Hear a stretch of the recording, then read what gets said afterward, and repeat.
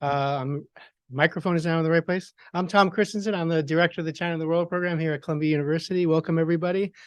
We have a very special event today on a topic of pressing importance in the world, and that is the Sino-Russian partnership as it relates to Ukraine.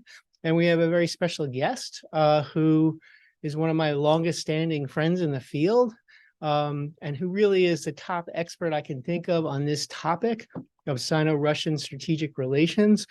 She is Elizabeth Wishnick. She's now at the Center for Naval Analysis as a senior research scientist in the China and Indo-Pacific Security Affairs Division at the Center for Naval Analysis, CNA, it's often referred to. She's on leave from Montclair State University, where she's a professor of political science. And she's been a research scholar at her own Weatherhead East Asia Institute for 20 years or so. So she's really one of her own. So we're just welcoming one of her own here. And she's taught in various places, including Barnard, Columbia College, and SIPA, which is our host organization for China and the World. And she really is an expert on both Russia and China and has long been in that position, enviable position. And Liz and I were classmates together here in the political science PhD program. And I always just admired her ability to handle both countries and understand both countries, speak both languages. She also speaks French on top of everything else, just to make me feel worse. She's really terrific in terms of the types of research she's capable of doing, that she does do. She has a book project on China's risk, energy, water, food, and regional security that addresses security issues in the Eurasian neighborhood around China related to those issues within China. And as I said, she received her PhD here at Columbia. She received her master's at Yale University, and she received her BA from Barnard. So it really is a homecoming for you at Columbia anytime you speak here. And please join me in welcoming Liz. I'm really thrilled. She's terrific and she's a friend, so it's nice.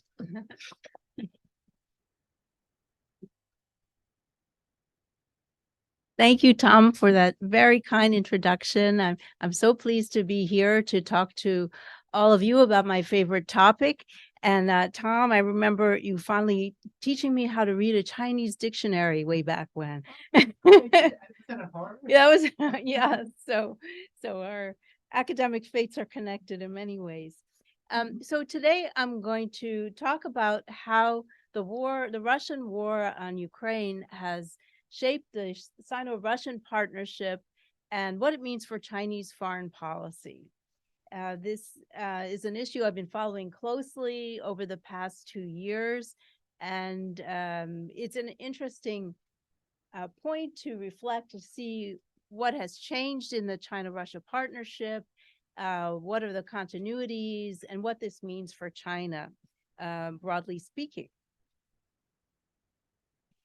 So observers have focused on the China-Russia partnership. I've never seen so much attention to this relationship, and this topic used to be a very niche issue that people didn't pay a lot of mind to, but now it's on everyone's mind. We talk about strategic competition in the government. It's hard to escape the issue of the Sino-Russian partnership, but people don't always ask the right questions. They tend to ask constantly the same questions. Are they forming an alliance? Are Russia and China forming an alliance? And so some observers see Russia and China drawing ever closer as a result of the war in Ukraine. And this is facilitated by the language of the no limits partnership, which I'll get to in a little bit.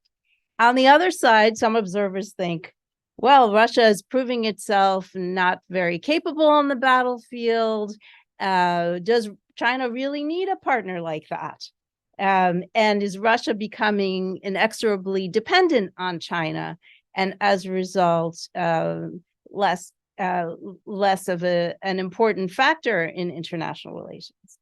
And so these two opposite questions tend to dominate the debate, but they don't really tell us much about this partnership, which really is very complex and needs to be examined more deeply than just looking at these two extreme kinds of visions of it.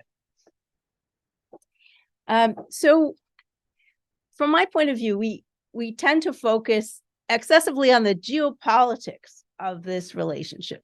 So to be sure, China and Russia have deepened their partnership and created a kind of alignment in response to the pressure they feel from the United States and the West. So there is, of course, a geopolitical impetus for their partnership, but that's not the only motivating factor behind it. They've been interacting for many years, and I would say that domestic factors have been an important driver in terms of situations when Russian and Chinese domestic politics are in greater harmony, tends to lead to a better relationship between the two countries. So I wrote a book about this. This is based on my dissertation, looking more at the Russian side of things, a book called Mending Fences.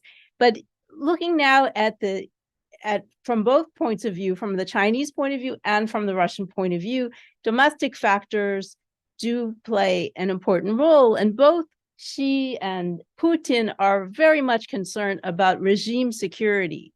And they see mutual support as a very important glue in their partnership. And they both see the collapse of the Soviet Union as the greatest disaster of the 20th century for different reasons, admittedly, but their fear of Western-inspired, unwelcome political change, countering their authoritarian regimes, is a very potent factor that keeps them together.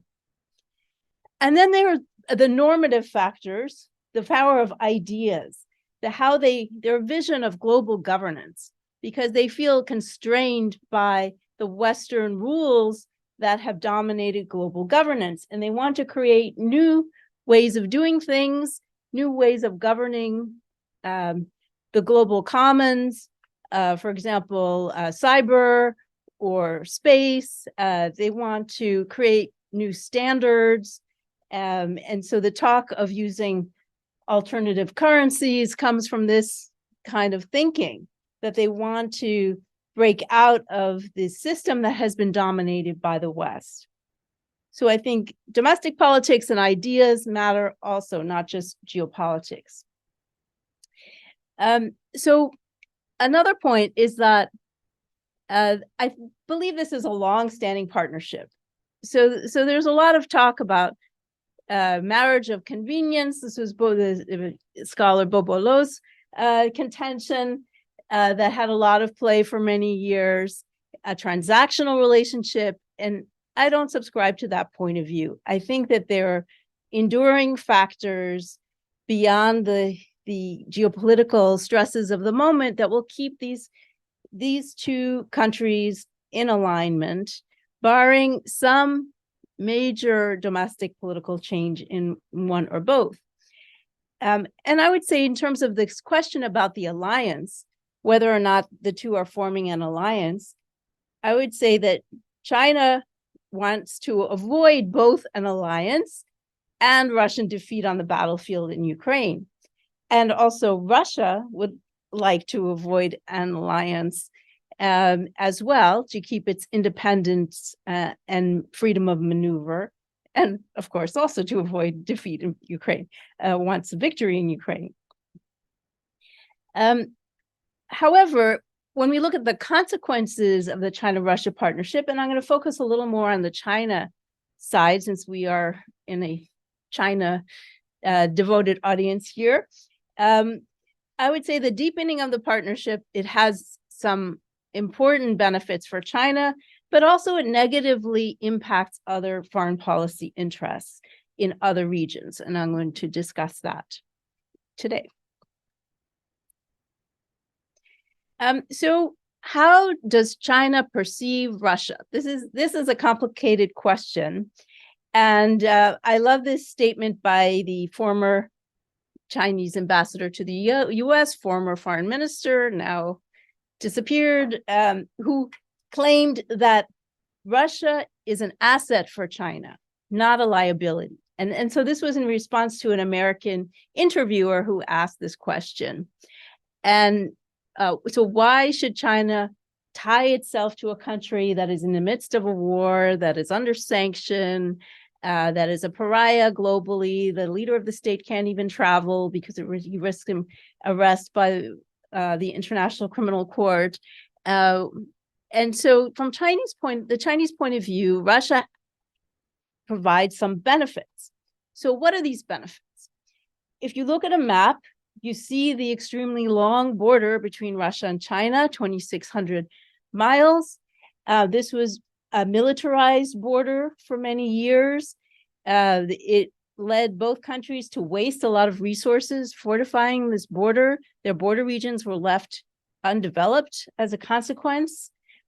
Chinese industry had to relocate in the 1970s to the interior of the country because they feared the Soviet threat.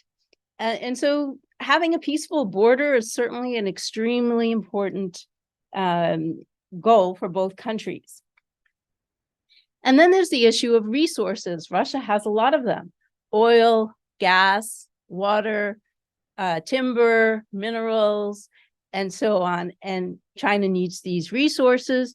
And for many reasons, China has favored, at least until recently, land-based supplies of resources, considering them more secure, even though this is debatable according to security experts. Military cooperation has been an important goal. I'll talk more in detail about that too in a few minutes. China doesn't have many possible sources of military equipment. So the relationship with Russia, especially in the 1990s and the early part of the 2000s, until China could develop its own indigenous industries, was crucial to China's military modernization. And they get mutual support from one another. They're both UN Security Council permanent members, and so they can count on one another's support, or at least non-veto in many situations that are important. Like for China, the Taiwan issue, South China Sea, where they don't have identical perspectives, but they agree to disagree on many important points. However, on Ukraine, China claims to have a bottom line and to take an impartial position. So we're going to look at that today. What does that mean? What is the bottom line? What is China's position on Ukraine, and how does this connect to its partnership with Russia? So I like this image of the two bears on bicycles because you see two different kinds of bears. And you see that they're on different bicycles. So they're going in the same direction, but they're not together on the same bicycle.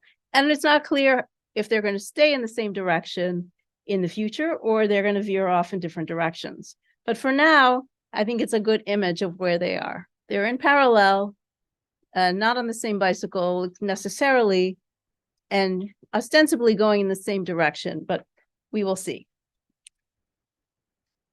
So what is this bottom line on Ukraine? It seems to be the nuclear issue. So human rights abuses, massive bombings of civilians, that didn't sway China's support for Russia. Interruption of the Black Sea grain, no. What has given China pause is the possibility of nuclear use or the targeting of nuclear power plants in Ukraine. And so Xi Jinping has told political leaders that this would be very problematic. Li Keqiang also spoke about this. And so this follows the Chinese position that a nuclear war cannot be won and shouldn't be fought. But what's interesting is that prior to the war, when Ukraine had a different government that was more pro-Russia, China and Ukraine had signed an agreement where it stated that China stated it would not use or threaten to use nuclear weapons against Ukraine, because Ukraine had voluntarily given up its nuclear weapons at the end of the Cold War. And so this agreement, and China also in this agreement pledged to recognize Ukraine's territorial sovereignty and independence. And so this was an interesting an interesting agreement that was signed, admittedly, with the prior government of Ukraine. Right. So that's kind of the context for that.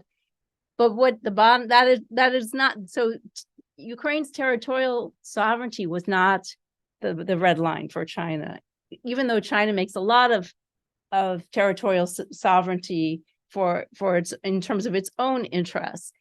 The bottom line was the possibility of nuclear use. And so because there have been various officials in Russia who have raised the possibility of nuclear use in Ukraine. Tactical nuclear weapons from Russia were transferred to Belarus, which borders on Ukraine. And there was the issue of the Zaporizhzhia nuclear power plant being in the fray of conflict, possibility of Russia targeting it. And so that made China very concerned. And some observers believe that China has played a role in restraining Russia from using tactical nuclear weapons or targeting power plants in Ukraine. And India also has played this role, not just China. And that seems to be, the bottom.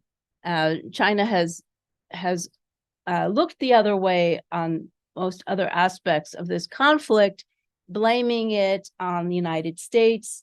The U.S. is fanning the flames by providing military aid to Ukraine, repeating Russian propaganda about non-existent weapons labs in Ukraine and so forth. But on the issue of nuclear use, they have parted company. This is not to say that there is a single viewpoint on the war in Ukraine and China. There is some debate, despite censorship, on Russia and on the war in Ukraine. And you had certain people, highly placed people, who have been allowed to make some critical statements. And so these are some of the critical statements that we have seen in Western media, the Joe Boa articles in the Financial Times and in The Economist. Huawei was able to publish some articles in a think tank in Georgia, in the U.S. state of Georgia. And you had some other statements by the former ambassador, Chinese ambassador to Ukraine, and then a prominent Russia scholar, Feng Yujun. And so these were quite critical in terms of assessing some negative implications for China of continued support for the Russian war in Ukraine.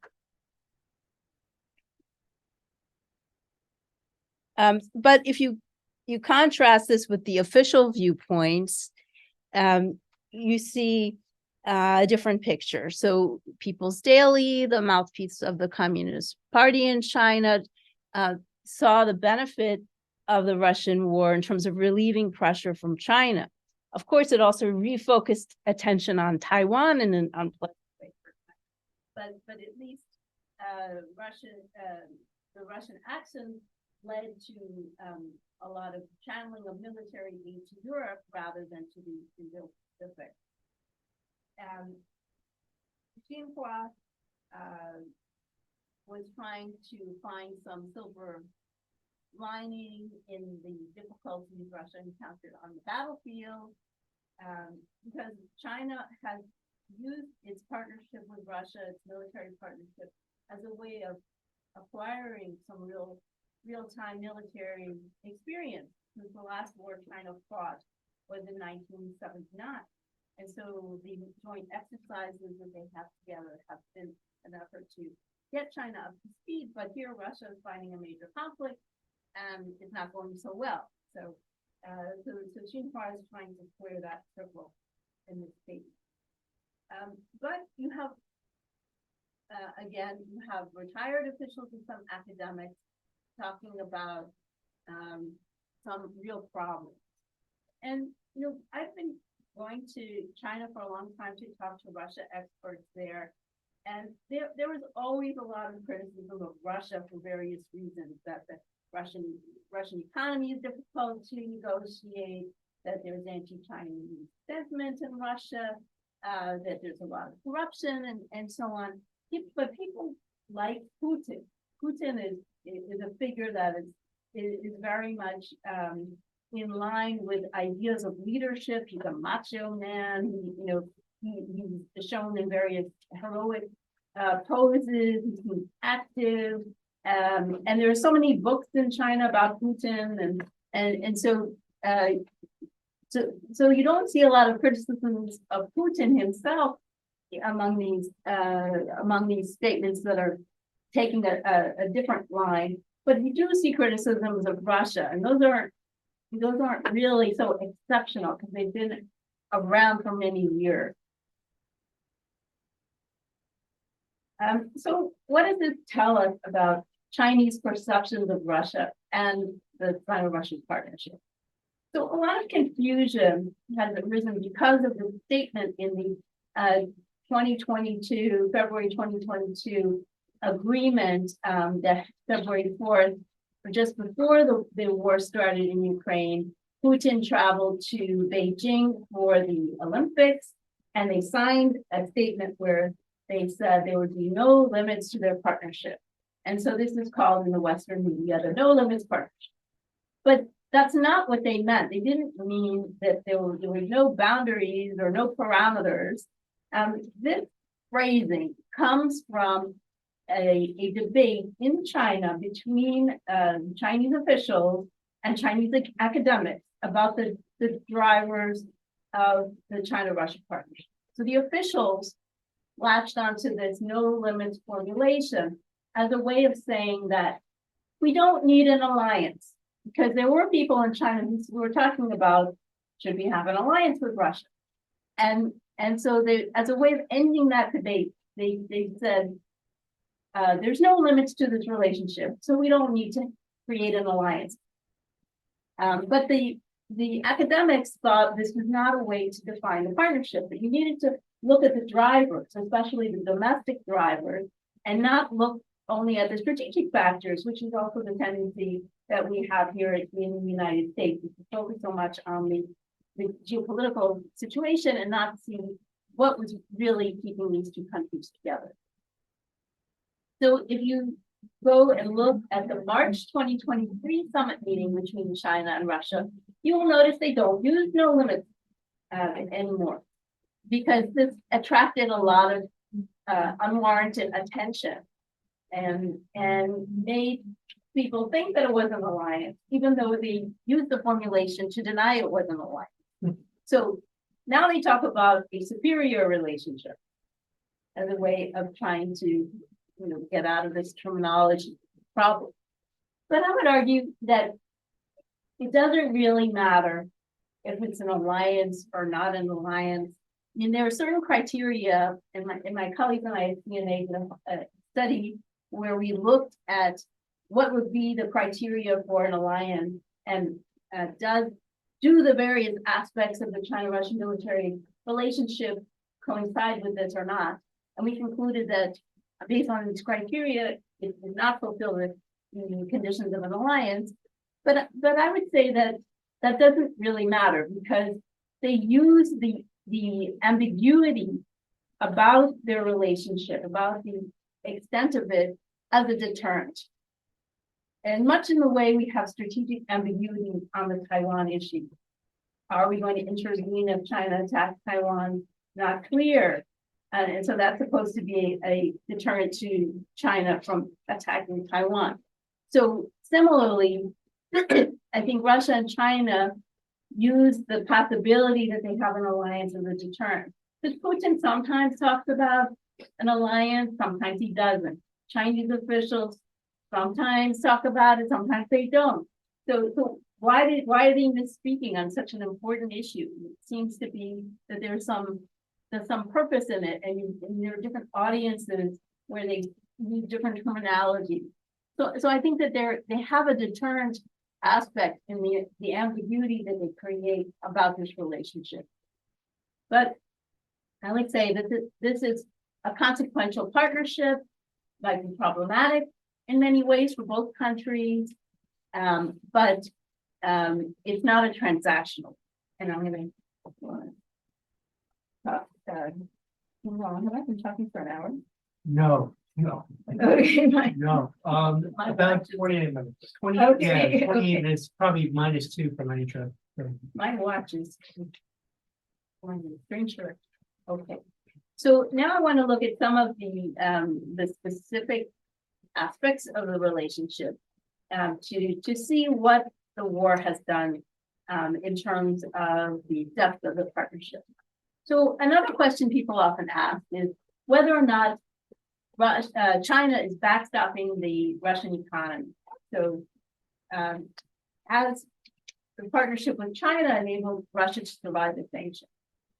And it's certainly true that the economic ties have grown since the war in Ukraine. There was already a tendency for these ties to improve. And economic ties had been a weak point in China-Russia relations. They always talked about hot politics and cold economics because Russia wanted to sell more technology to China. China didn't really want to do that. They wanted to buy more resources. Russia wasn't so comfortable with only being a resource supplier. But we have seen a lot of resource sales to China.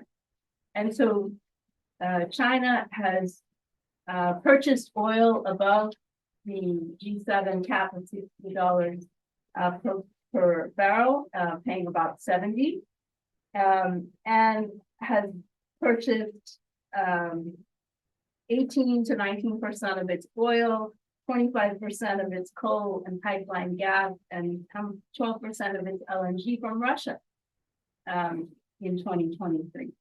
And so that reflects a growing upward trend. But China is not the country that increased its resource purchases most dramatically since the war began. That would be India, which accounted, Russian oil accounted for about 1% of India's oil imports before the war, and now it's about 20%.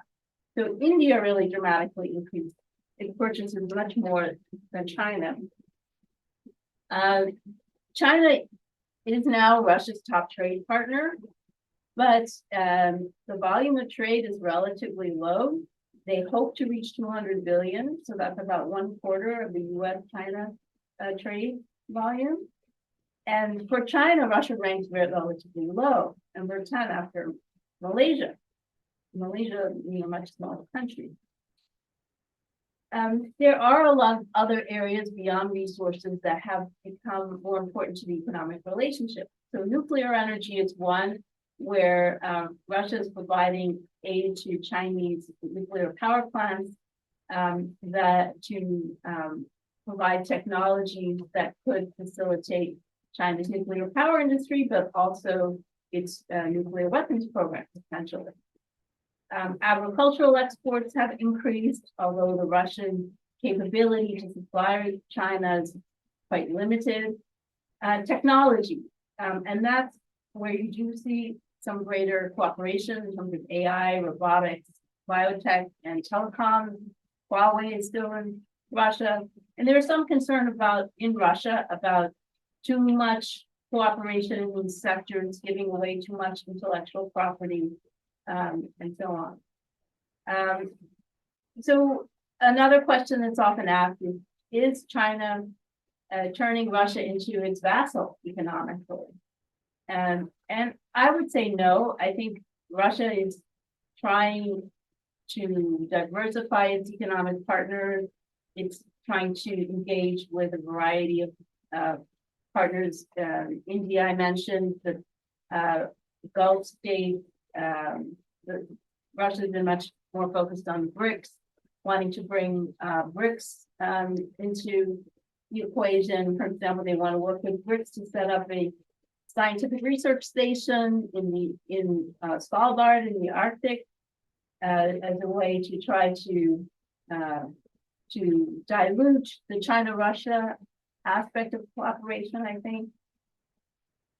So I see the China-Russia economic partnership as interdependent, although of course the Chinese economy is a much stronger one. But China also has increasingly come to depend on certain Russian resources. And that concerns China too. So despite the benefits that China derives, it does get these resources and technologies it needs. China also faces a variety of costs in terms of other foreign policy goals. I think China had an ambition to become a player in the Arctic through what he called the Polar Silk Road, which is a trade route from northeast China across the northern sea route, the waterway above the Russian Arctic to the European Arctic and then beyond. And although Russia has made more welcoming noises about China teaming up with Russia and the Arctic states are much more concerned about the partnership between Russia and China and what this will mean for the region. And they're much more cautious. Most investments are not moving forward in this region, apart from those in Russia. China's European diplomacy has suffered because Europeans, for the most part, see China as passively supporting Russian aggression, sympathizing with Russian views that don't buy into the post-war borders of territories. And so the investment deal that China hoped to sign with the EU did not move forward. The initiative to group countries in Europe with China, 117 plus 1 is now 14 plus 1 as countries have left. Italy is planning to leave the Belt and Road Initiative. So a lot of different irritants have arisen as a result of this war and China's relations with Europe. And then you have the whole issue of China's relations with Ukraine. So Ukraine had been a good partner for China. They had agricultural ties. They even had military ties. China would obtain some military equipment from Ukraine, engines and of various types. The Liaoning aircraft carrier, what used to be the Varyag from Ukraine. China invested in ports, which Russia then went on to destroy. And China has suffered from the Black Sea grain deal demise. China was the single largest recipient of grain from the Black Sea grain deal as a single country, but has done nothing to move it forward. And in fact, Russia's attack on Odessa destroyed grain destined for China.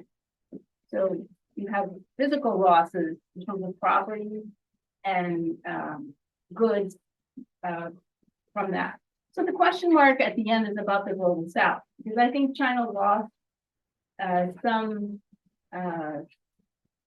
in the global south because of the inflationary pressures that this war has created for food prices and energy prices. And so to the extent that China is seen as contributing to this is a problem.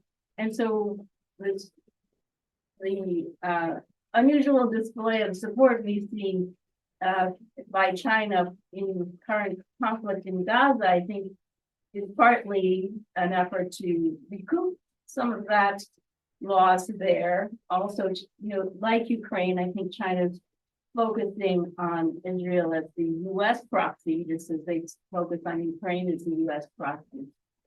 But we see an effort by China to focus more on the global south because Europe has proven to be such a disappointment. It's been so much more difficult for China to engage with Europe with their peace initiatives for Ukraine and so on. So what does this mean? Is China potentially a mediator in this conflict in Ukraine, or is it really an enabler of the conflict? Just as it can, the mirror image calls the U.S. the enabler. Is China itself really the enabler? So if we look at the military piece for a moment, there's been a lot of effort to dissuade China from sending military aid to Russia for the war in Ukraine. Numerous U.S. government officials have made efforts to dissuade China from doing this.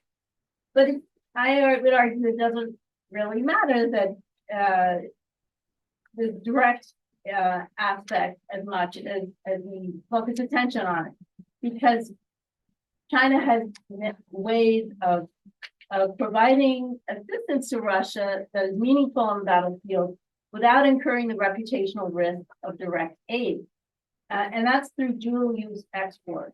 And they provide deniability. China can say we have no control over what these companies are doing, and can claim that it is obeying, the practice of avoiding direct aid.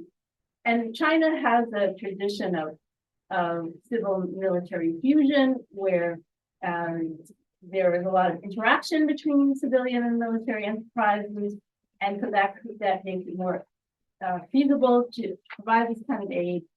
And if we look at specific kinds of technologies, especially semiconductors, almost 80% of the semiconductors Russia receives that it needs for its technologies on the battlefield come from China. Admittedly, the quality is not as high, and the level of technology is not as high, but still it enables some systems to function. And drones, there's been a lot of research on drones.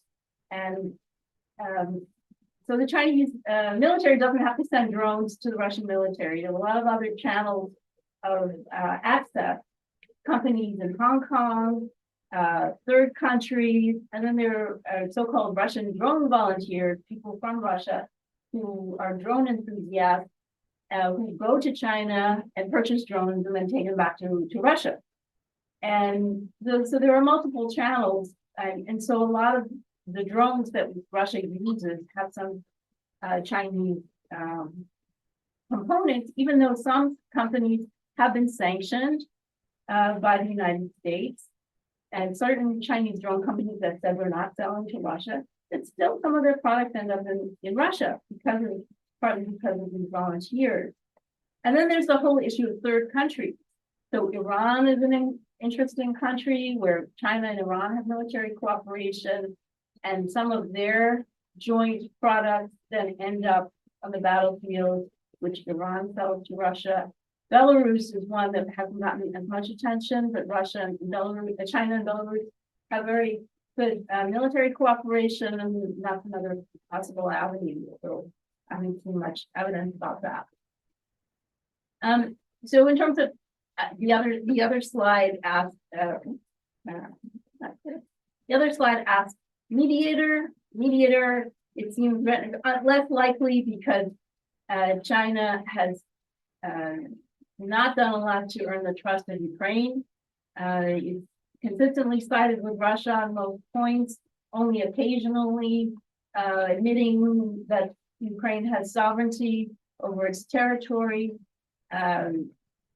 but not really doing much to enforce that point of view, despite the 2013 agreement that I mentioned, where China on paper admitted that Ukraine had sovereignty. Its peace initiative and the envoy didn't really do a lot in the context. And I think other countries might be better placed, like Turkey might be in a much better position than China, because Turkey has much better relations with both sides. This being said, Ukraine has not written off China altogether. They've not been very critical with China for the most part, because they hope that China might play a role in reconstruction, I think, in the future. And so they're not willing to burn that bridge entirely. So in conclusion, I would say that the partnership with Russia is a textured one, and it has many benefits for China as well as considerable costs. But I don't see this partnership being a casualty of the war, because the two countries are interdependent in many respects. They both share that border. They have to live next to each other. China needs some of the resources that Russia has. But there have always been limits to the partnership. We've seen this throughout history, and we might see some flashpoints down the road. And so these are just some scenarios where we might see a real change. I think one issue is about identity, how they see their positions in different regions, how they see the history of their position, and different views of border. Russia sees itself very much as an Arctic state, has not welcomed China's claim to be a near Arctic state, not so near. And Central Asia, Russia seen as its sphere of influence. China is making economic inroads there, had a summit with Central Asian leaders. So that's an area that Russia still wants to hang on to and still does hang on to, I would argue. If you had major domestic political change in one or both countries, or a big alteration in their balance of power, that could, I think, have a big impact on their relationship and could even reopen some chapters that we saw closed, such as the border issue, which ostensibly is settled. But then Chinese maps appear where territory that is Russian becomes Chinese, and what does that mean? And so that, I mean, there are all of these maps of lost territories in China, and there are fringe elements on the one hand, but it shows the staying power of the lost territory discussion in China. And after, let's say if Taiwan is recovered, what would be next? It might be the Russian Far East for China. So I think Russia's position on Taiwan, I think, is an interesting one to follow, depending on how the balance of power evolves between the two countries. So I'm going to leave you there with some notes of confusion about the future.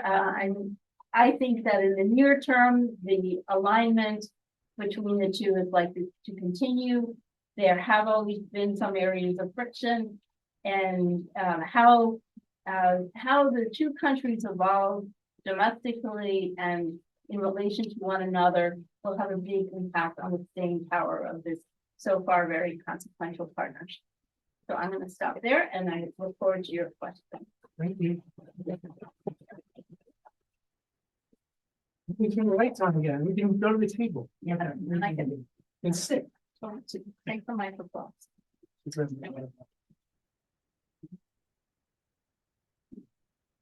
I'll ask the first question when we get settled. And then we'll open it up to the audience. And my first question is about the war in general for China. So it's for the China in the World program. Should probably talk about China first. We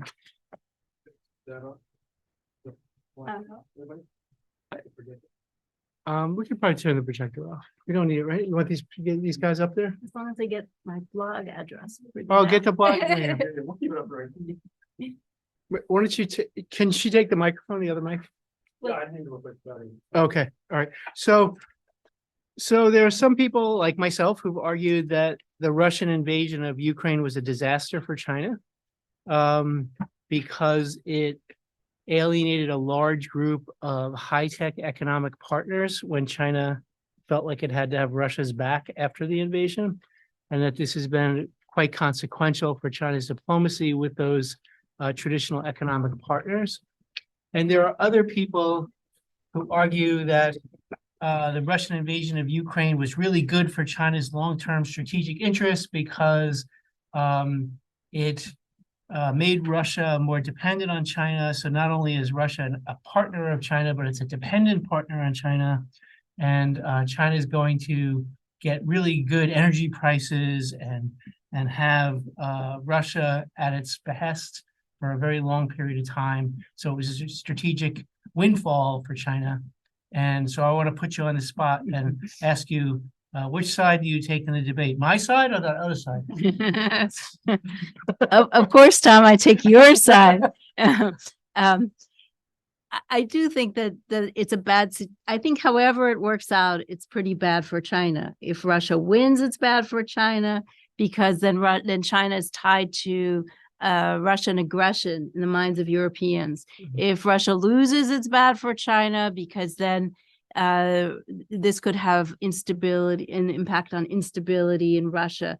There's a stalemate, it's bad for China because China's under pressure for not doing enough to restrain Russia or to solve the crisis or whatever, in addition to all the things that you said. So I don't see it as a windfall. I think, China got some marginal discounts on energy. It's true. But China doesn't need dependent partners. It has a lot of those. And now it has a lot of non-performing loans because it lent a lot of money to those countries. Look at North Korea. North Korea is the most dependent on China. Does that mean that China can tell North Korea what to do or restrain North Korea? No. So Russia is much bigger and potentially much more troublesome. And so I think I don't think this is a scenario that China wants. It doesn't have very many options for strategic partners of a certain stature. Russia's really the only one that fits the bill in terms of being a Security Council member, being a large country with that sees itself as a great power. The other contestants are very small or troubled countries, and so I think China is a bit stuck in this current situation that and they often say this is a situation that we did not want. And I believe that statement because I don't think they wanted this conflict in Ukraine the way it has unfolded. Yeah, they state it that way. They don't state it. We wish Russia didn't invade Ukraine. They say this is a situation that we didn't want. Which is Exactly. a little bit of cover there. So I'll ask one more. I lied. I'll ask one more question. Just not really a question. It's more of an analytic point, and I'll ask for your response to it, which is when people say, "Is it an alliance or not?" What I always use as a measure is, can you really imagine active Chinese participation in a conflict in or around Ukraine if it were to expand to include other countries, maybe in the Baltics and NATO? Could you imagine China sending forces to support their Russian friends in that conflict? And then the flip side would be, if God forbid there's a conflict across the Taiwan Strait in the end in the next several years, can you imagine the Russian Navy or the Russian Air Force doing anything to actually intervene on the PRC's behalf in that type of conflict? And if not, how can people sustain this idea that it's a quote unquote alliance?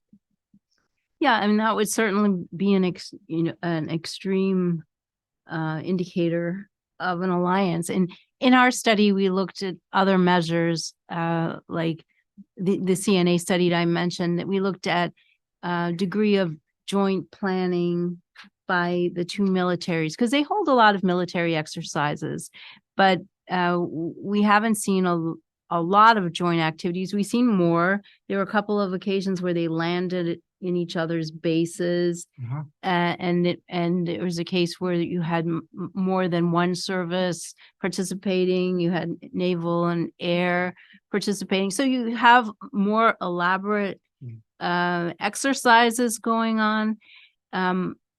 But I agree, it's hard to imagine boots on the ground, Chinese boots on the ground. But aid can be provided in other ways, as I was arguing. You could have intelligence, you could have satellite communications, and Russia and Taiwan.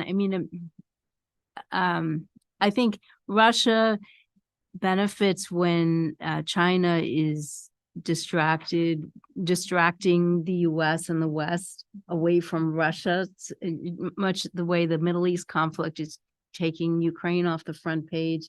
If there were a Taiwan conflict, I think Russia benefits in some ways, especially as a distraction, especially now that it has such poor relations with South Korea and Japan.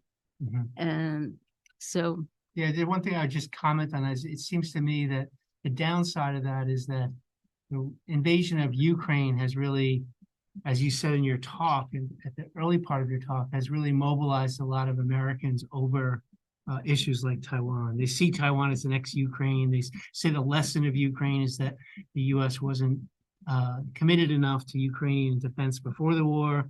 So there's a kind of push to do more for Taiwan now before it gets attacked because it's the next Ukraine.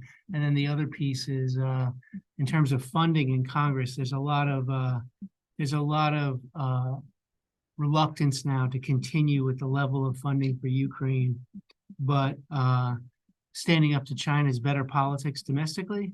Standing up to Iran and Hamas is better politics domestically.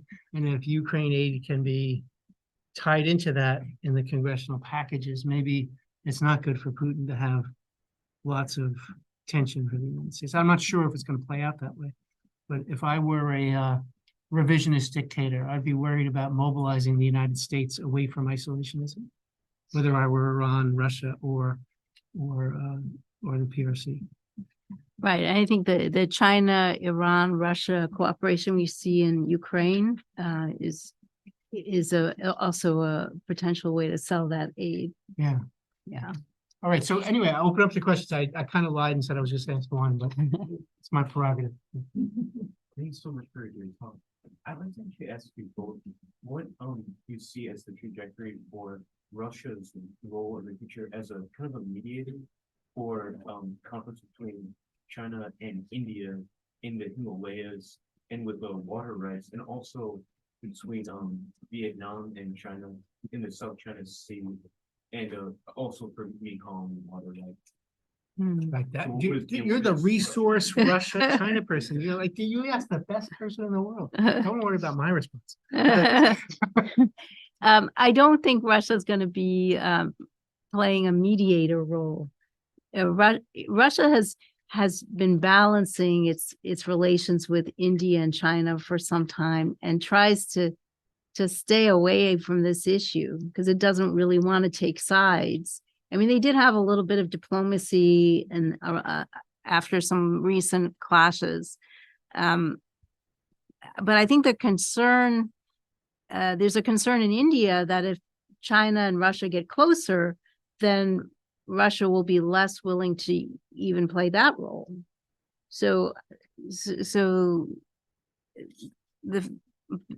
And I think that's one of the reasons why India has taken the stance it has on this war in Ukraine, as a way of trying to avoid pushing China and Russia together.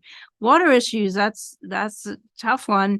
And China does not like multilateral dialogue on water issues, prefers to pick off its neighbors and to refuse to negotiate on such issues, being upstream of most of them. It doesn't really need to. And Russia has its share of water issues with China too. And I don't see that it can mediate. I mean, Russia-China water issues are not so much about quantity for the most part. It's mostly about quality and the issue of monitoring the quality of water. There's been a little progress, but even there, it's difficult to share data because it's considered very sensitive in China. There is a river, the Irtysh River, which goes from China up to Russia. And there's an issue of water quantity. And Kazakhstan also shares that river. And there's been no progress in trying to achieve trilateral dialogue there. So I'm very pessimistic on water negotiations and any mediating role by Russia. One of the things that's always puzzled me about Russia, India, China, and Vietnam is that China doesn't, in my experience, take explicit issue with the fact that Russia has armed two of its neighboring rivals. In the case of India, Russia's been the longtime biggest supplier of weaponry to India. And that's one of the reasons, along with the one Liz laid out so well, why India doesn't want to sanction Russia, because it's really still dependent. It's trying to move away from that dependence, but it's a slow process. but the more puzzling thing to me is, Russia sells fairly sophisticated submarines to Vietnam, and Vietnam has sovereignty disputes at sea with China. And I don't see China putting a lot of pressure on Vietnam or Russia over that relationship in the way that it does over U.S. arms sales to Taiwan, or U.S. arms sales to Japan, or U.S. arms sales to South Korea. It's kind of hands off, and it's always been a puzzle. I don't have an answer for it, but I just raised it as a puzzle. Well, not It's a yet. dissertation.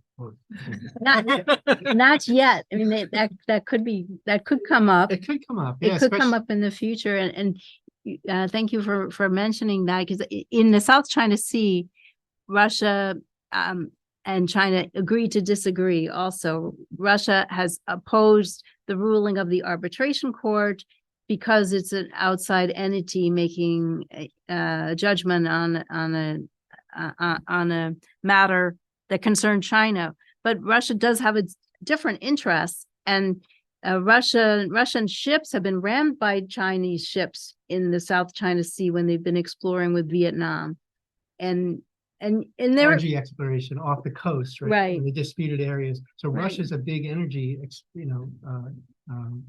has big energy company.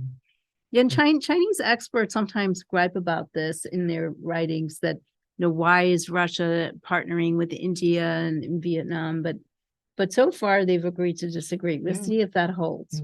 Interesting. Something in the back. So thank you so much for the talk. My name is my question is about Central Asia, because you mentioned that one of the two main potential areas of rivalry. So pivoting off of that, if China completes the Belt and Road, then Central Asia would become the center of the global economy, and Russia would be right in the middle. So is there a risk that China, by pursuing a strategy of opening the U.S. empowers Russia, especially relative to itself? I'm sorry, I didn't catch the last part. No, so if China succeeds with the project of building out the Belt and Road, making Central Asia the center of the global economy, replacing naval trade with land-based trade, then Russia would be better positioned to be a power player. Right? So with that, by trying to avoid U.S. dominance, we're just empower Russia. That's interesting. I thought you were going to ask a different question. Me too. I think I'm doing something, but go ahead. Yeah, that's an interesting question. But I think there are all kinds of obstacles to China's goal to do that. The Belt and Road did begin in Central Asia, in Kazakhstan. That was the initial launch of it. And China has been increasing its economic presence there. But there's some concern in the region about what this means. I spent a month in Kazakhstan last year studying this question, and there was a lot of unease about some of these projects and the desire for alternatives outside the region, in the EU, the US, India, Turkey, the Middle East, and there any number of alternatives would be welcome there. Russia is the longtime partner. You have a lot of Russian speakers in these regions. Russia has a lot of what I call negative power there, because they have the power to obstruct pipelines coming out of Kazakhstan, to put monkey wrenches into various arrangements that China would like to make. So I don't know how possible it is for China to blithely mold this region into some kind of alternative. I think that these countries have agency, they have preferences, and Russia also has its agenda and is not always entirely in sync with what China wants. So it's a challenging region. And I think also the energy transition that's going on in that region will change, orient relations in different ways, as there's less of a focus on fixed pipelines and more different kinds of industries that are developing that might lead to different kinds of partnerships. But it's a region to watch to see what happens. But I don't think that it's very predictable that it turns into some kind of China-dominated alternative power center. I have a question in the back. Anthony set a good example. It's Anthony, right? By introducing himself. So maybe other speakers can, since she's one of our own, she should know speaking. Go ahead. Hi, thank you for your insightful talk. I was online on the scholar here at the technology department. I will throw out a lot of things and you can pick and choose which one you want to. I'll throw out too many, because I can't keep track myself. So. 3 4 really, really complex themes, and what I have to say is not very, very articulate. So the first thing is the ambitions of revisionism. I think there's a very big difference right there with Chinese ambitions of revisionism as compared to Russian ambitions of revisionism. I would say that the Chinese are more ambitious and more patient. So you could just elaborate on what the differences are. Number 2, I just wanted to add one more thing to the invasion of Taiwan. I think it's good for China in the sense that it gives them another opportunity to learn from the rest of the world, right? To stay back and see how it unfolds and evolves, how the West reacts. What is it? The Russian invasion of Ukraine is good because they get to see it, or Yeah. okay, yeah. They get to see it, they get to how it unfolds, Oh. they get to see. But do you think it has pushed the recovery of Taiwan further ahead, or has it brought it closer? Do you think they might end up doing something sooner or later because of how this has unfolded so far? And one more word, Syria. So we have seen this cooperation before, right? Yeah. I was very young at the time, so I don't. Yeah, this is all I have. Yeah. Oh, the fourth thing is the. What about Syria though? So the Russian-Chinese cooperation has. I told you to keep it short on that. Fascinated. What about Syria? So the Russian-Chinese cooperation Yeah. has sort of taken place before in Sweden. Yeah, sure. How would you elaborate what is happening now in light of what happened back then? What's happening now in Ukraine, No, it's Syria. in Syria? Yeah, Chinese basic support and Sweden. And the fourth thing is. Okay, last one though, I can right? stop, I can- Yeah. 4 is 4 or 4. Okay. Is the difference between domestic political economy, the domestic social contract of Russia and China. I have a feeling that the way social organization happens within China makes them a bit more, makes them softer on the negotiating table with the West as opposed to Russia. You think that's- You go first. I'm Okay. fascinated by this question. Thank you, Okay. Osama. Many interesting questions. I'll tackle 2 of them. Okay. The revisionism question is a challenging one because it depends on what we're talking about.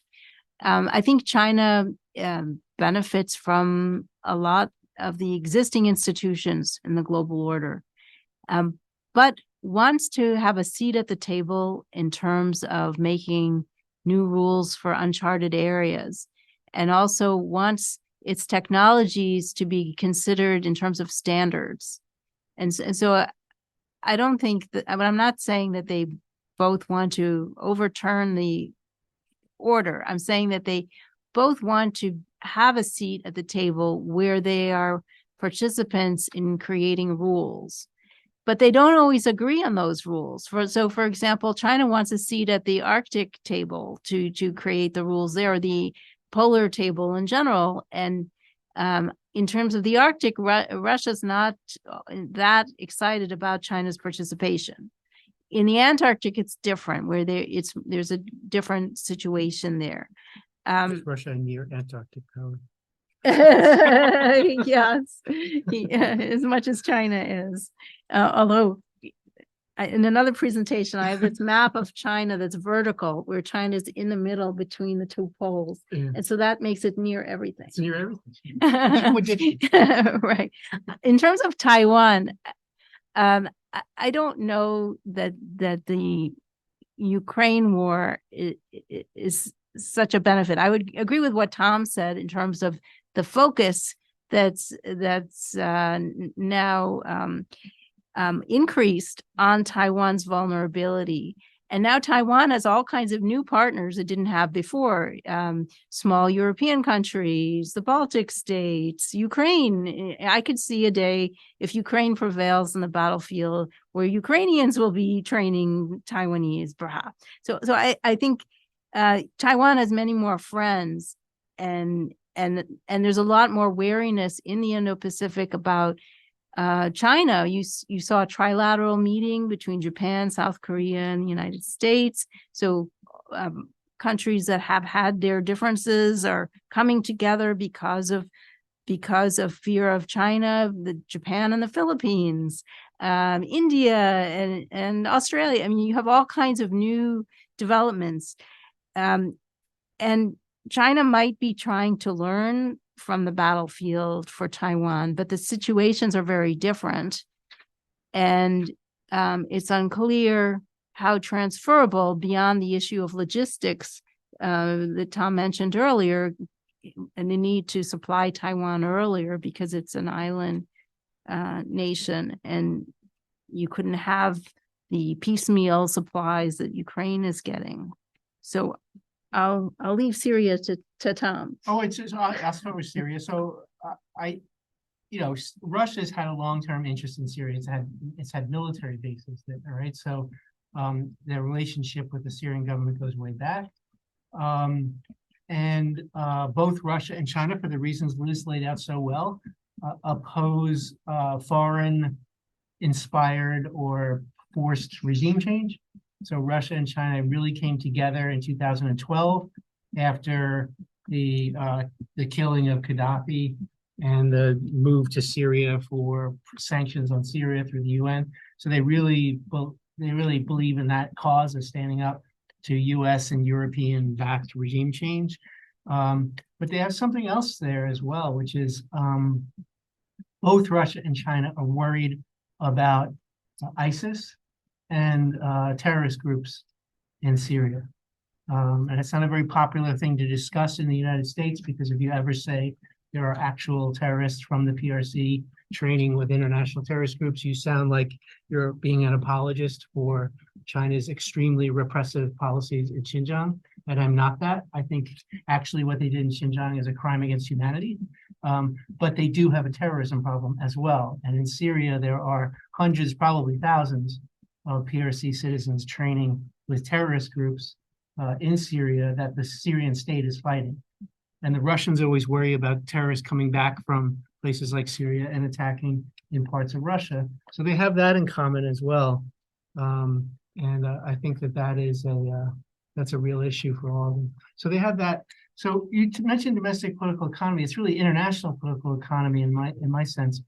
China is very integrated with the global transnational production chain. Russia is not. It's not a coincidence to me that Russia was the aggressor and not China, because Russia has less to lose economically. It's losing a lot, but it's not losing nearly as much as it would if it was a link in a transnational production chain and manufacturing. It still can rely on oil sales to India, to China, and still get by. But China can't really afford that. So China's paid the big price economically because the Europeans have become more mobilized against China, because China felt it had Russia's back. And I think that's a huge factor in all this. And finally, on Taiwan, it's not a question of is it good or bad, but I think it's got to be a force for deterrence for the actors in the world, including on Taiwan, who want to protect Taiwan from attack, because the Russian army in particular was held in fairly high regard in China, and Russian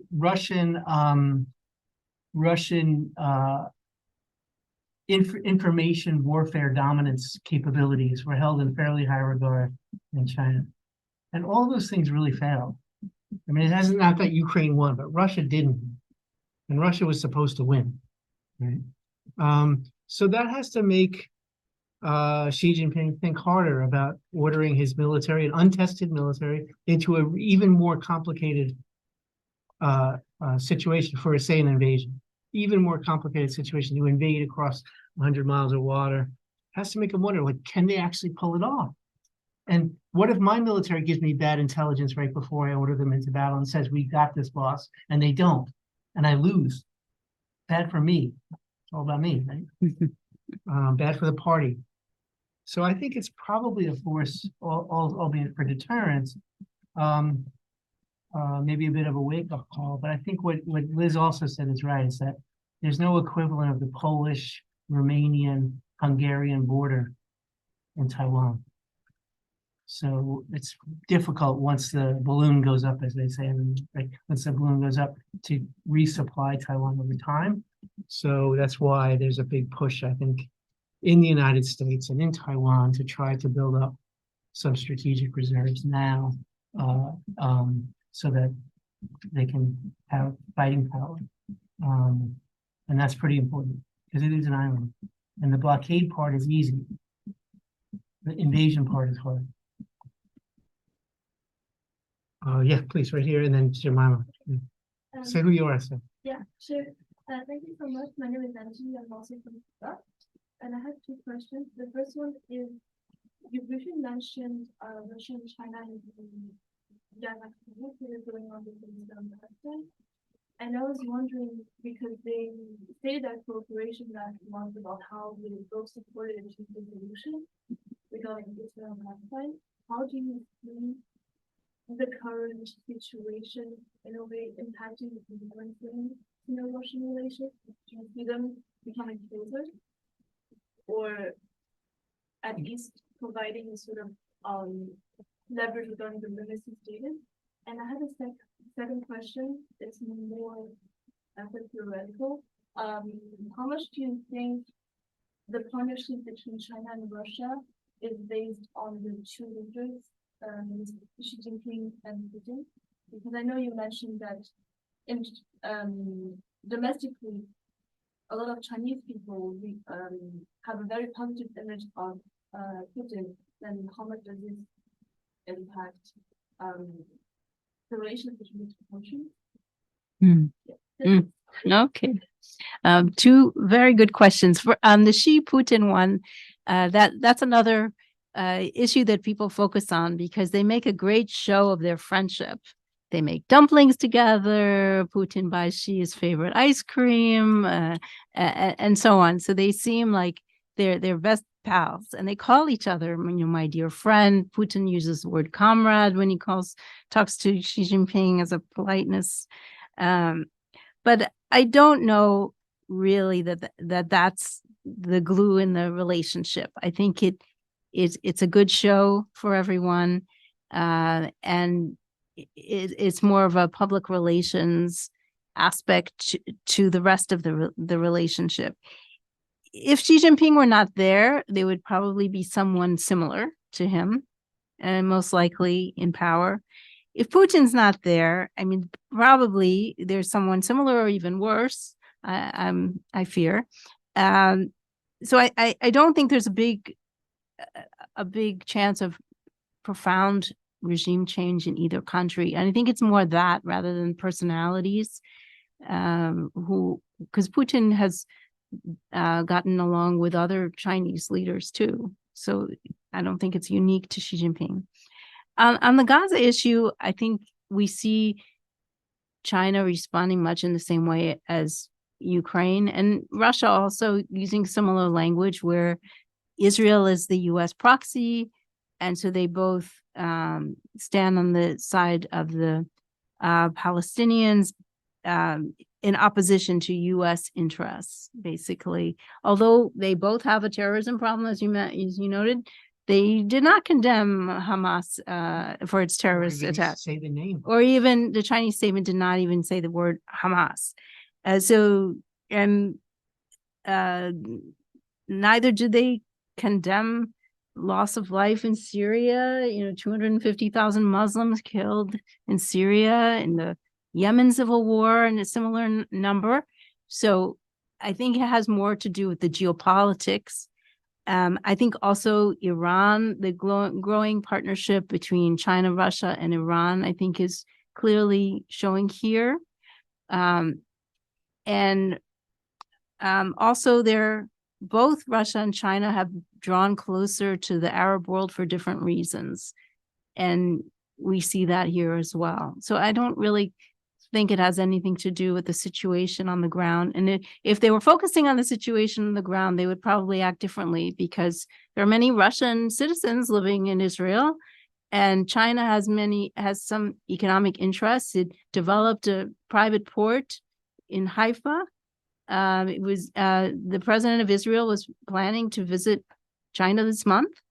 They had technology ties with Israel. So it seems like there are a lot of interests and concerns that were ignored to pursue a more geopolitical strategy. Yeah, I think Iran has hurt China's interest in Israel in the way that Russia has hurt China's interest in Europe. Israel and China have a pretty good partnership in economics, technology, and Israel is understandably outraged at the Chinese government's response to the slaughter of 1,400 people by Hamas. Non-response, Yeah, no response. Yeah, the response is, it's on Israel, you know, so Right. that's, you know, it's a little bit alienating. Yeah, so it's tough. Go ahead, John. Mhm. And I'm also a research fellow at Trade-off, like focused on Chinese and Russian education, Iran and Pakistan. And I'd like to probe a little bit more on the question of Russia and China engaging with traditional skills and influence, because you and Dr. Bishop, you've already spoken a little bit about Central Asia, and I'd be curious to know a bit more about why you think there may be a flashpoint, because I've heard other scholars speak Central Asia as an exemplar of Russia and China being able to manage their relationship and mitigate against potential rivalry there.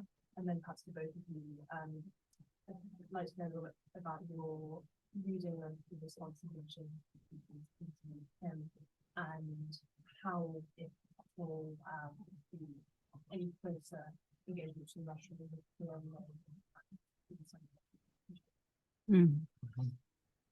I'm going to start with the last one because I'm sure there are some uncomfortable moments in Beijing when Kim is meeting with Putin and to try to find out what are they talking about, when, you know, what does it mean for China? Much in the same way that China was concerned when Trump met with Kim, because China likes to be more in the driver's seat in terms of where Kim is going as the key economic partner, neighbor, and so on. I think they would be concerned about Russia enabling Kim's nuclear ambitions further and making Kim less, he's not easy to control now, but even more unmanageable, and exacerbating the conflict in Ukraine by introducing a new element that China would be held responsible for. Because China, for better or worse, was always considered to be the one that was supposed to fix the North Korean problem, even though it probably could not. As in terms of Central Asia, I know that point of view, and I agree to some extent that China and Russia on the surface appear not to be in open conflict over Central Asia. But Chinese scholars have always complained that Russian media undermines their positions in Central Asia. And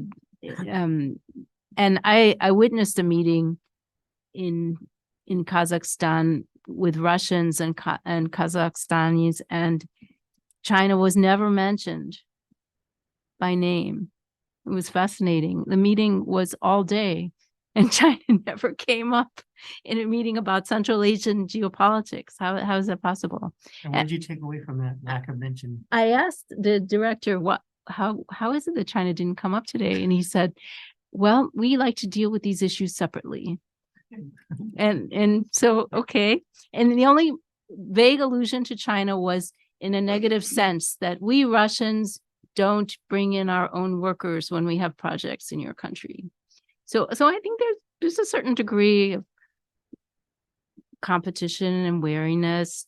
I think Russia was quite upset when China acquired a border outpost in Tajikistan without prior notification, but has since been okay with it because China has portrayed this as having domestic impacts on Xinjiang rather than being some effort to advance Chinese power in the region.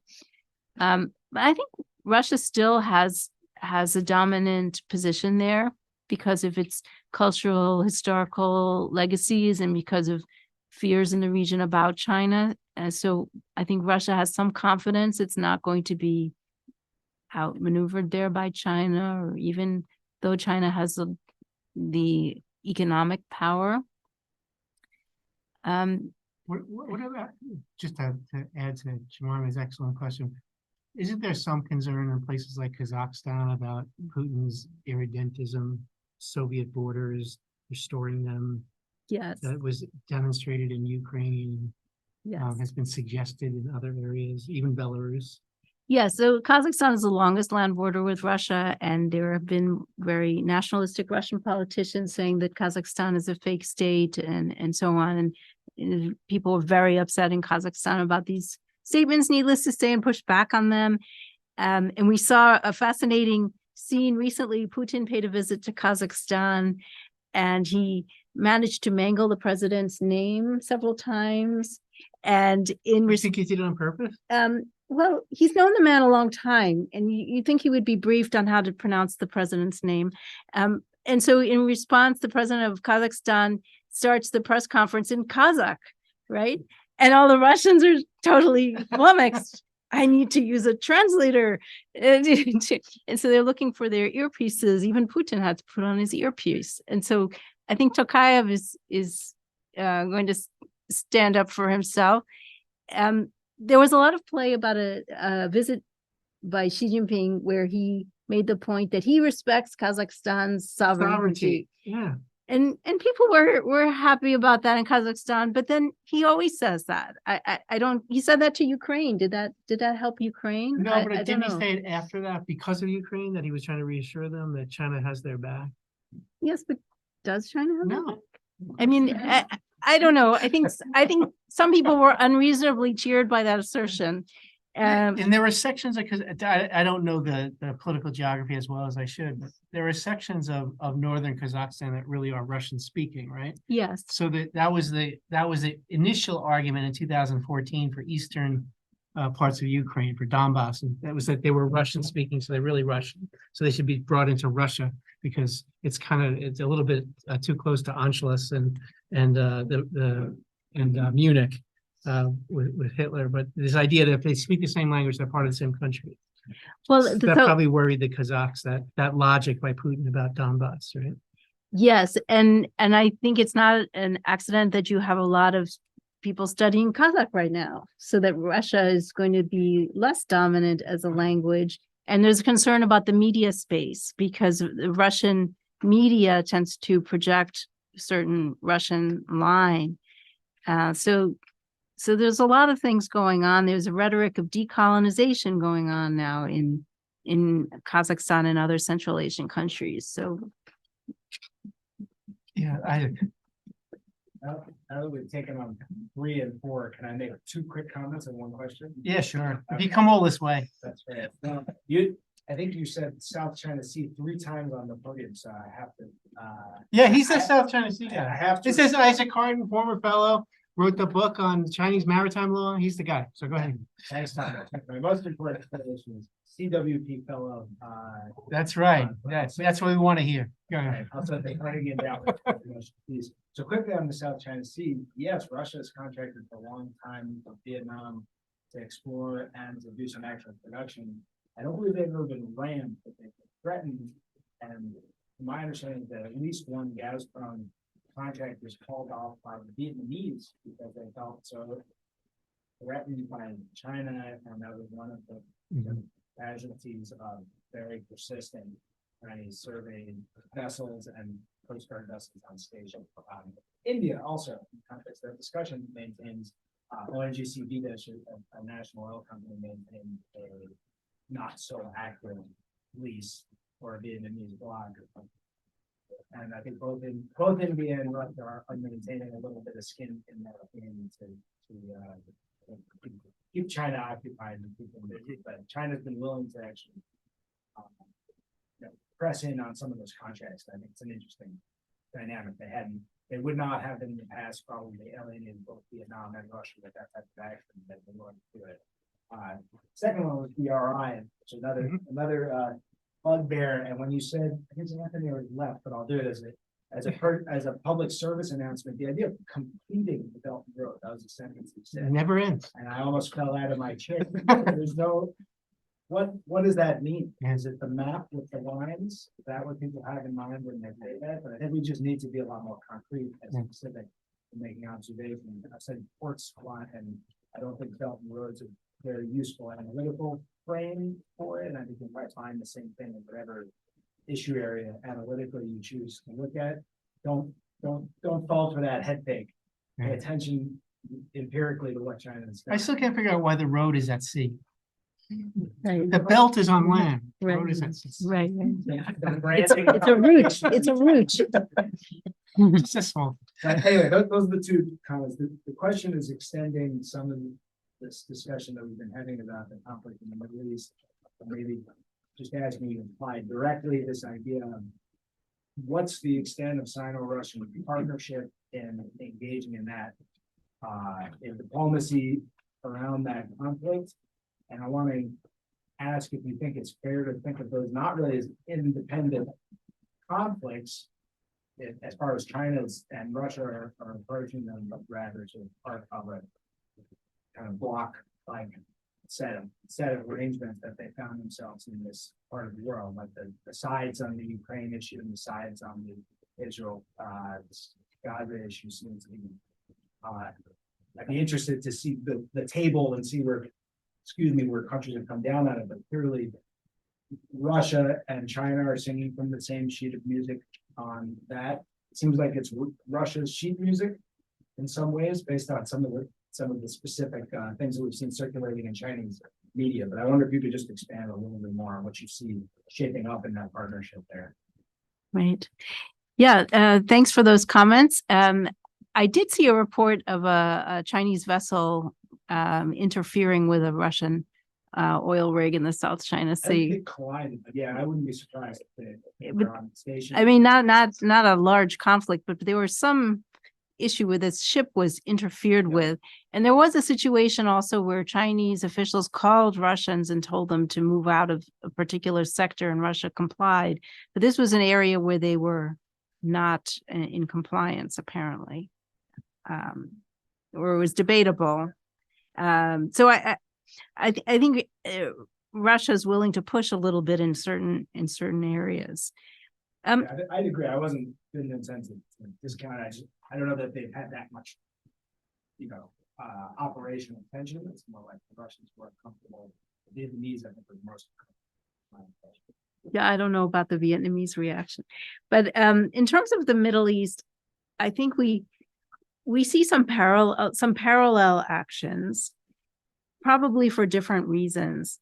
Because I think Russia and China each have been engaging with the Gulf states, Iran, Saudi Arabia, for different reasons. China is very concerned about its energy security, wants to diversify its partners, and I think now is becoming more concerned about having too much dependence on Russia, especially fixed pipelines, because we didn't see a second gas pipeline agreement between Russia and China. And I think that this stems from observing pipelines that Russia has had to other countries that have been blown up, interfered with, interrupted.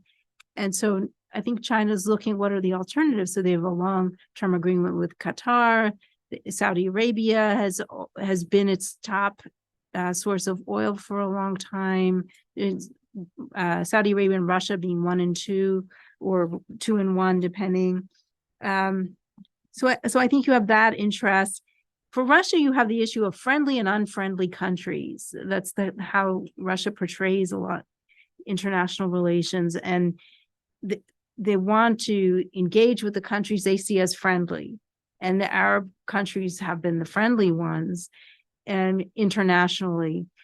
And Israel has been cautious in Ukraine, despite having many connections there, because of a fear of inciting greater Russian support for Hezbollah and so on.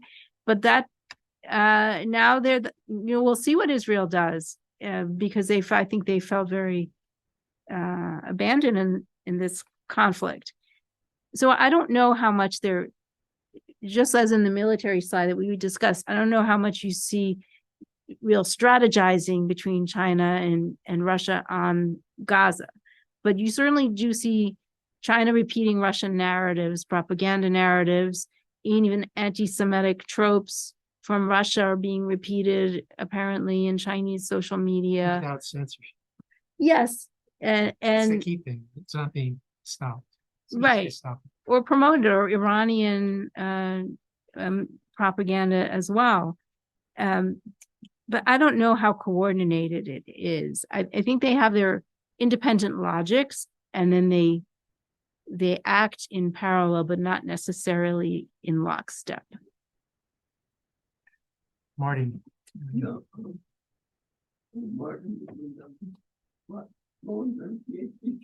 Yeah, you study with us. Go ahead. Go ahead.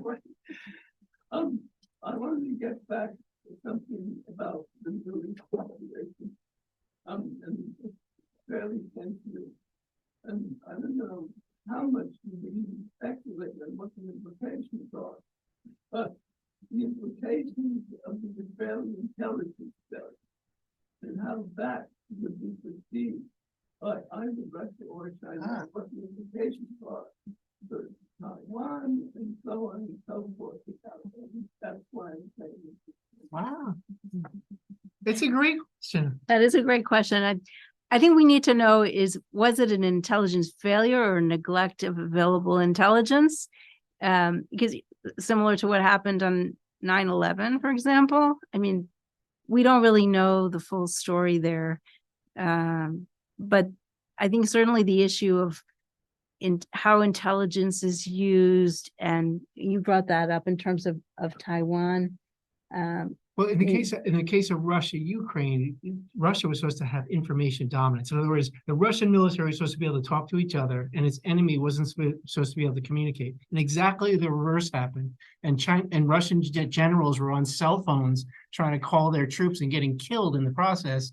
And the Ukrainians were able to communicate. That has to be concerning to China, because what they want to have is information dominance. It's right in their own writings. I'm not saying anything classified. This is all Right. in their right. We would need information dominance.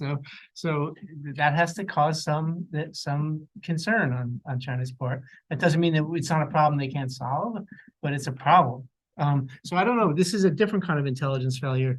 You know, the big intelligence failure in Israel, as I understand it, and I'm not an expert in the region, is that people in Israel became convinced that Hamas was really interested primarily in consolidating governance over Gaza and didn't actually want to wipe out Israel as a country. And they discovered that was wrong. That's a big intelligence failure. Well, I think that was Netanyahu that thought that, Yeah. not everyone in Israel. Yeah, no, but within their security establishment, I think it was surprised a lot of people, not just that these guys really want to kill us all, and they have the incentive to do that, and they're not focusing their resources on and that's it. But that's an abstract intelligence failure. Then there's the intelligence failure. How did they get all those people, thousands of people, into Israel when Israel has these reservists everywhere? You know, why weren't they able to stop them? And that's a different kind of intelligence failure. And why didn't they pick up chatter and signals and all that other stuff? So that's a different kind of intelligence failure. So I'm sure the Chinese are fascinated. I don't know what conclusions they'll draw. I think they probably feel like they understand Taiwan better than Israel understands Gaza, but I'm not sure. What do you think, Ivan?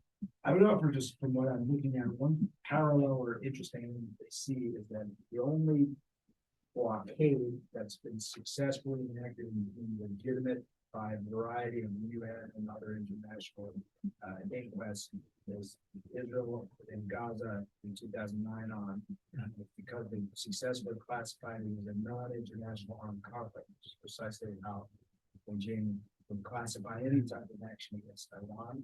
So I think they're very interested in the extent to which Israel's going to be able to persist in maintaining blockade. And I read a lot of it, this is very in the weeds, but there's one example of some of the things they're going to learn from this. So it's a legal warfare issue. The structure of the conflict and what it means to have a non-international conflict. Yeah.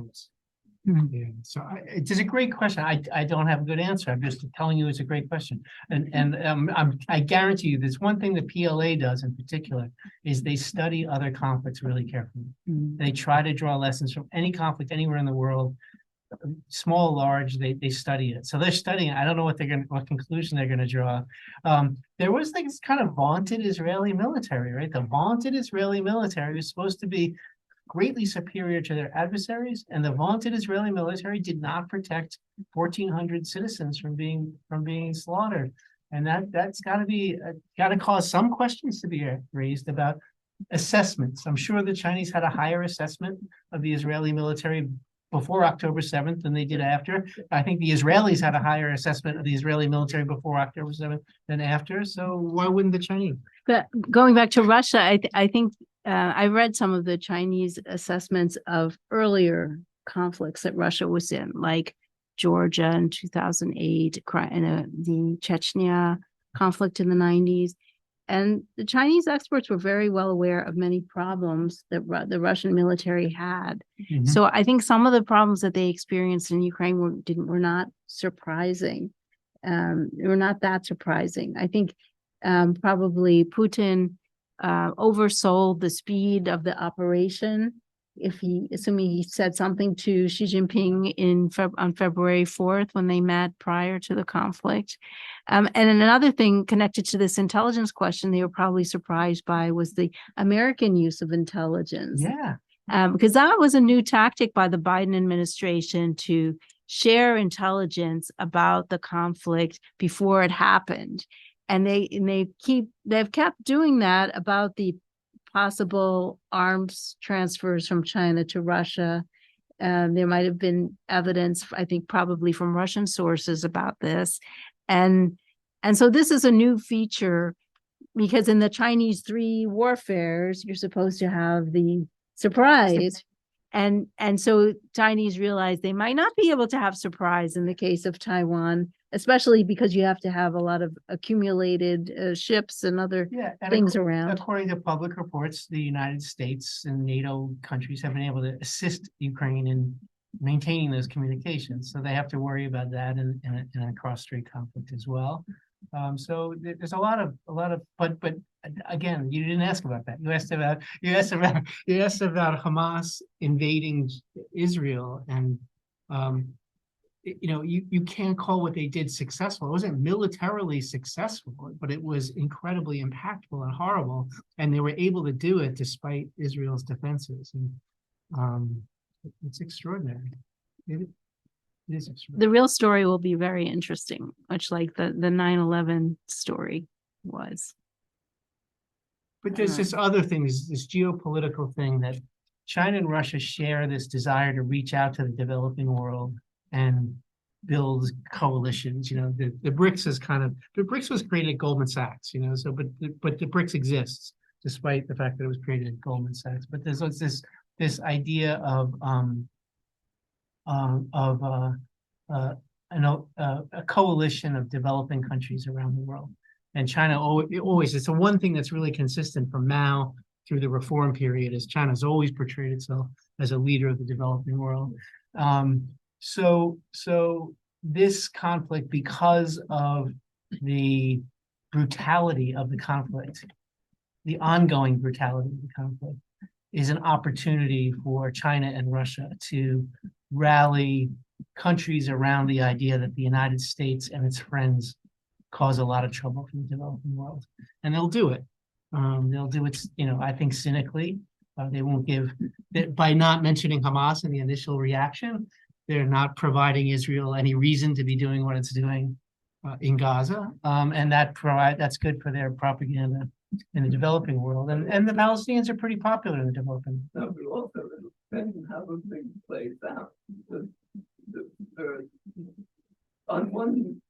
At one point Biden will have to put pressure on Israel to not stay in very long. And yet, on the other hand, Netanyahu seems to want to